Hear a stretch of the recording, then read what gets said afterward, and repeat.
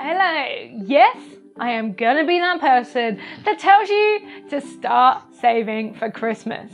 Yes, I know it's July, okay, and I know it's the summer, we're all walking around in, shorts and flip-flops and trying to enjoy the nice weather, but I'm here to tell you that you need to be saving for Christmas all year round, and if you haven't thought about it yet, then maybe now is a good time to start. We've got just a few more months, just a few more paydays until that day. So let's get ahead on our finances. Welcome to the Looking After Your Pennies YouTube channel. My name is Charlotte Jessup and I talk about everything from budgeting to saving money to making money to investing and money mindset.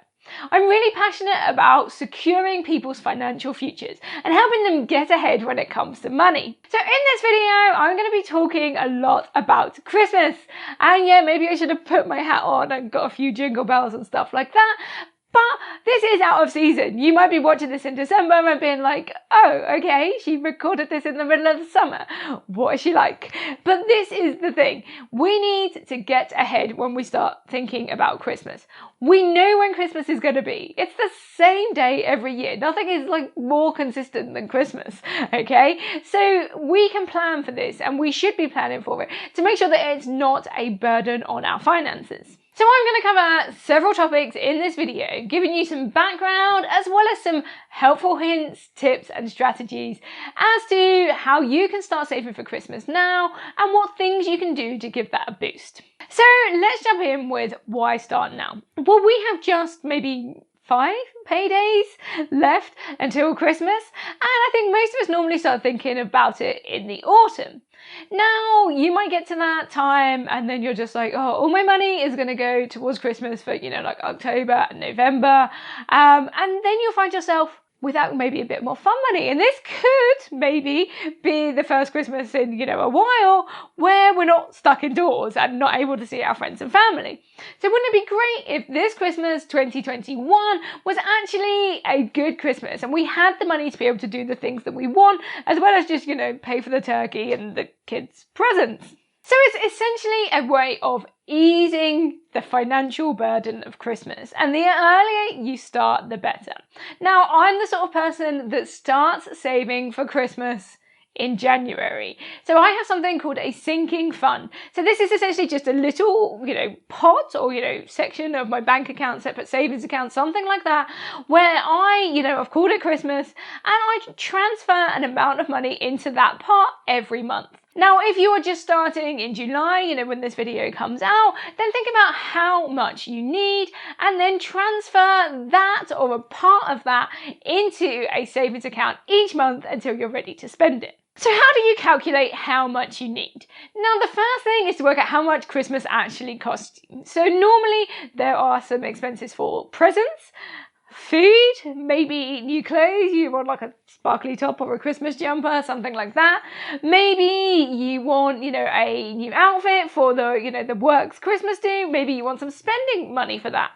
Maybe there are going to be kids' Christmas parties where they want sparkly shoes and sparkly outfits, okay? And maybe Christmas decorations, the Christmas tree. So think about all of the things that you spend for Christmas. And if you're struggling with this, look back over past bank statements. Have a little look at what you have actually spent in the past and use that to help you determine what you need to allocate for Christmas this year. Once you have that figure, work out how many paydays you have until Christmas, and then take that figure and divide it by the amount of paydays.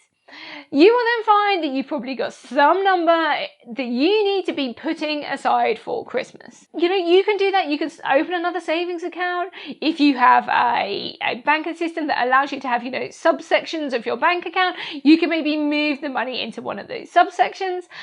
But just try and separate it from your main, current account so that you have it there, it's in a safe place and ready to go. And if you do that every month, then you will have that money waiting for you when you need to go out and buy all those things and it will be all ready to go. So you could take this one step further. You've created that sinking fund, but why not automate this? Rather than relying on you to transfer that money on payday, why don't you set up an automated payment?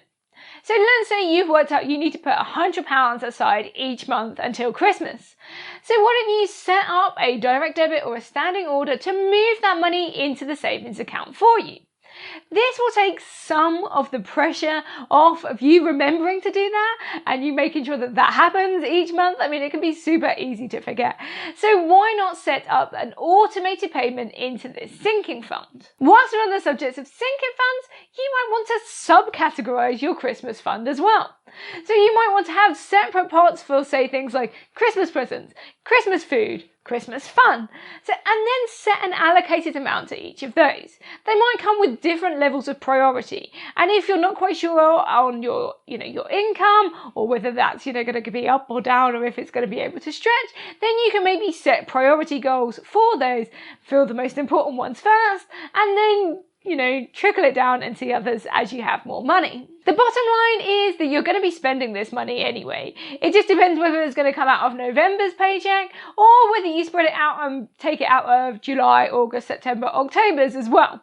So even though it might feel like a lot now, you're just thinking further ahead. And by creating this sinking fund, you will be in a great position and it won't feel quite so stressful around Christmas time. Better still, it might prevent you from reaching for that credit card to pay for Christmas and then regretting it come January, February. If it does feel like a lot, then it's time to get creative about making up the shortfall.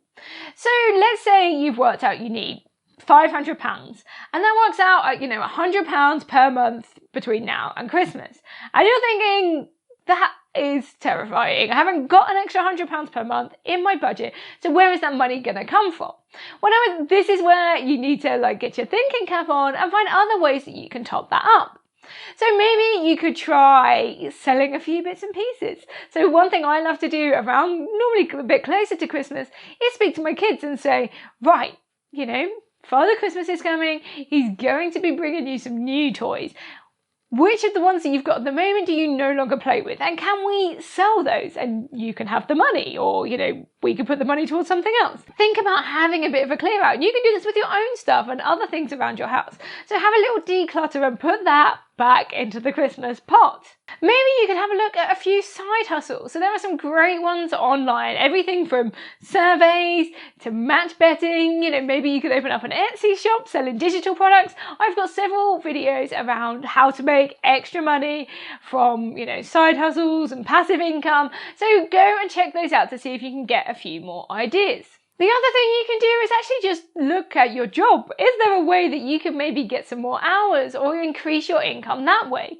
Doing a bit more overtime over the next 5 months is going to be far better than having to do a whole load of overtime in October just so you get a slightly bigger paycheck in November. So again, it's just looking ahead and planning on, ways that you can make up any shortfall.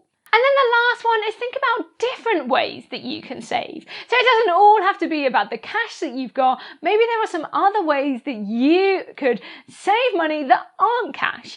So a good example of this is club card vouchers. Now I know lots of people save up their club card vouchers so they can use them around Christmas time. Now using them in the shop isn't always the best use of club card vouchers.